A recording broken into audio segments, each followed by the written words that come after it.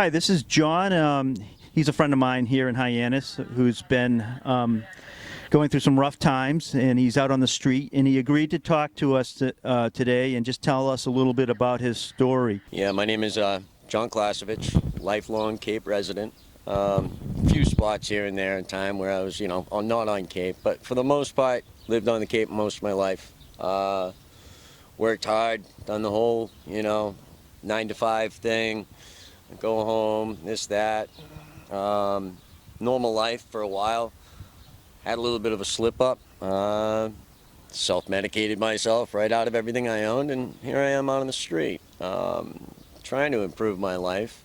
Can you tell us a little bit about what that means and how difficult it is to get back from the street to where you want to be?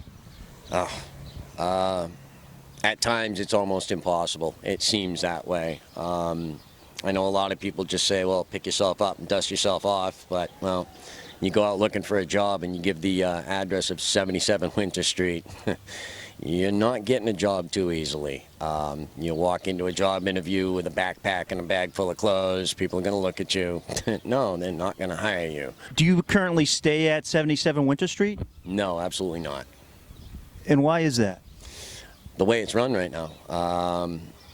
They want to make you feel as uncomfortable and unloved, it seems, as possible. You walk up to those doors, it's a humbling experience just to knock on that door in the first place. You have nothing, or what little you have left from your previous life, and they seem to want to take that away and strip you right down. Like your cell phone. How do you communicate? How do you get a job at night if you can't use your phone? How can you look up on Craigslist how to do these things? It's just they're making it harder and harder. 5 years ago when I first knocked on the door, they welcomed me in. I felt accepted, and it like somebody actually gave a rat's rear end about me, and that was great.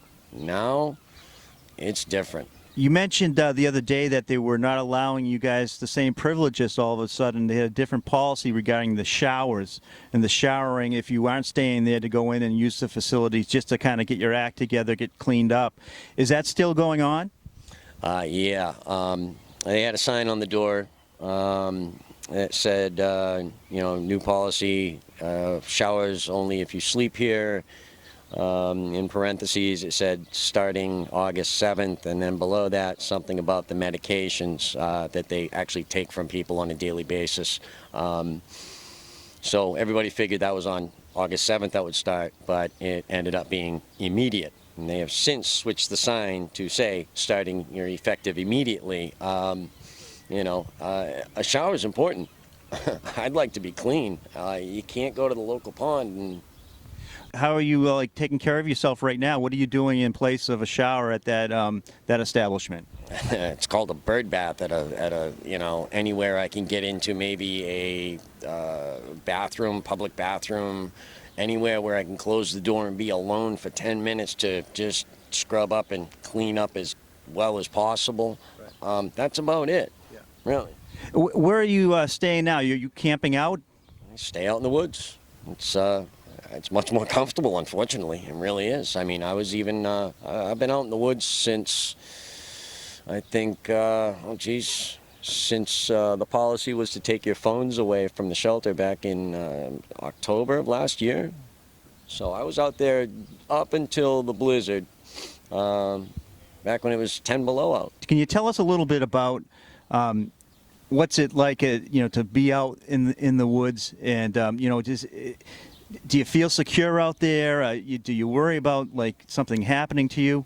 Actually, I had one night where something came up to my tent and started growling. I actually left the tent, and thank God a decent guy was at the shelter at 2 a.m. because he let me in and stay the rest of the night. But other than that, really, yeah, it's not the greatest thing.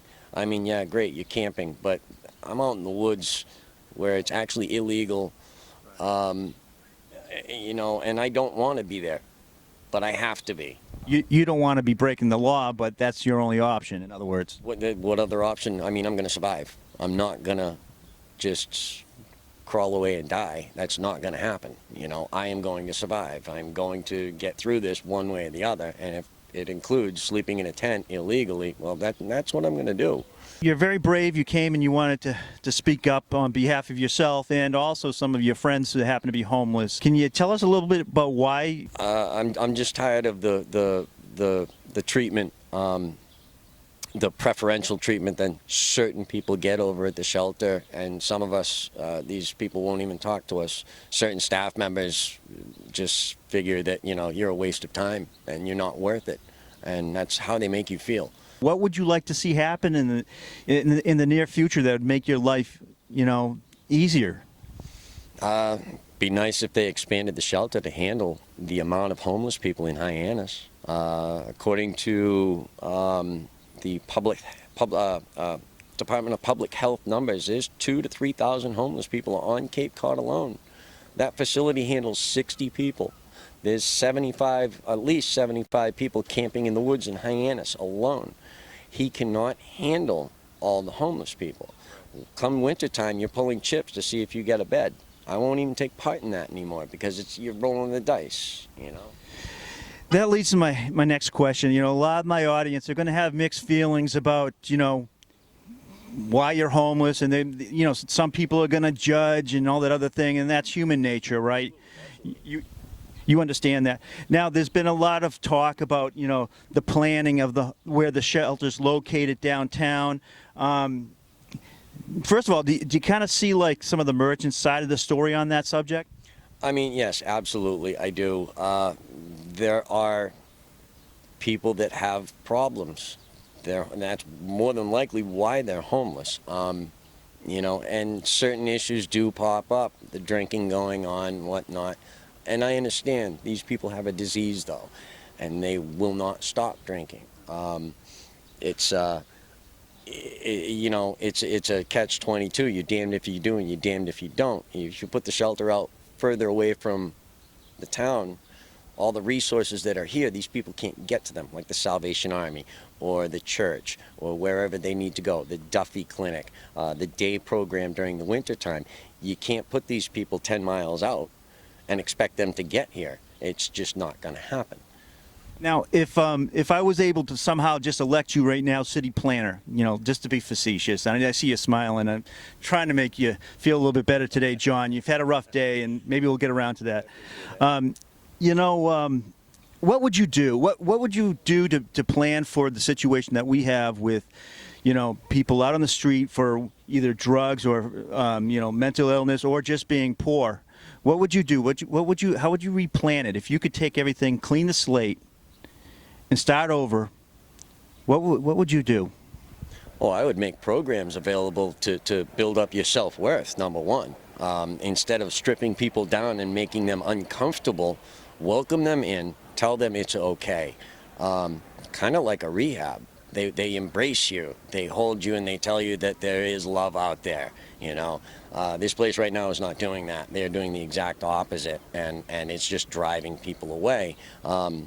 You know, you need day labor programs. You need something out there to give these people that little bit of self-worth and hey, look, you're still worth something. You can do this. Go for it. And if you don't succeed right now, try again. I mean, I'm an old school guy when it comes to that. I will not stop trying. When was the last time you worked? Last week. And can you explain to us some of the problems with being homeless and working with some of the employers that take you on? Well, being the quote unquote from my most recent boss, the smelly, homeless, living in the woods junkie, as he put it, I don't deserve my pay. I'm missing out on $400 right now, which could come in real handy, but I don't get paid because I'm homeless, and that's his reasoning. What were you doing? Hardwood floors. I've done my whole life. So that's hard work, and you haven't got paid. Is there any hope of you getting paid in the near future? I have been in touch with the contractor that we did the job for, and I'm hoping that he can understand and light a fire under the boss's rear end and get me my money. But once again, that's hope. That's all it is. There's no definite. Appreciate you right now. You're still trying to negotiate with these people, and you're leaving their names out of it. You just want to solve the problem. You're like you said, you're trying to survive. You're trying to live your life. I've known you for a while, and I've always had great conversations with you, and you're an intelligent person. And it's a pleasure to see you and talk to you. And I think a lot of people don't realize the range of people that have unfortunately become homeless. And some of them you can't talk to. Obviously, they have certain issues where they're not approachable, but a lot of them are. Let me ask you a question that's kind of been discussed recently, and you know how I feel about it, but that's not important right now. I mean, if you could place the homeless shelter any place in the town of Barnstable strategically to still serve everybody and maybe even be bigger, and if it's done right, where would that be? Actually, I've just seen a really beautiful property sitting in limbo. It's got 9, 10 buildings on it from South Street right up to hardware store, and it's just sitting there rotting. But you've got 9 to 10 buildings with plenty of rooms. You could hire these people that are homeless, pay them to do their own work on their own place, and that would give them that self-worth. Therefore, it wouldn't end up broken, disheveled, like the shelter half the time is, and it's really definitely not as clean as it should be. But if you actually gave these people that property, that land, gave them the opportunity to fix it themselves, they would see what it would be like to actually do their own thing to their own living space. There's another way of bringing up that self-worth. Been some meetings recently where town leaders and officials have sat down and they've spoken about the homeless situation and condition, etc. Were you invited to those meetings? Oh no, never get invited to a meeting like that. I'm homeless. Is there So, I mean, John. I don't mean to be sarcastic. Yeah, I know. You guys, That's the truth. that's what gets you through the day. Being a little bit of levity. Laugh at it, because if I cry about it, I'm just going to end up in a hospital somewhere, and I'm all set with that. I've spoken with you and a couple of your friends, and you guys are very well spoken. And you got some ideas. They might not be feasible, all of them, but at least they're ideas. If there were other meetings on this subject, would you like to be invited to those meetings? I would love nothing more than to be able to answer questions of what it is firsthand to be out here. So that way the people actually know. Right. You're no more than one paycheck away from being at that door yourself. Right. That's the truth. Crap happens. It does. And I mean, there's successful people that have been through the doors, divorced people, this, that.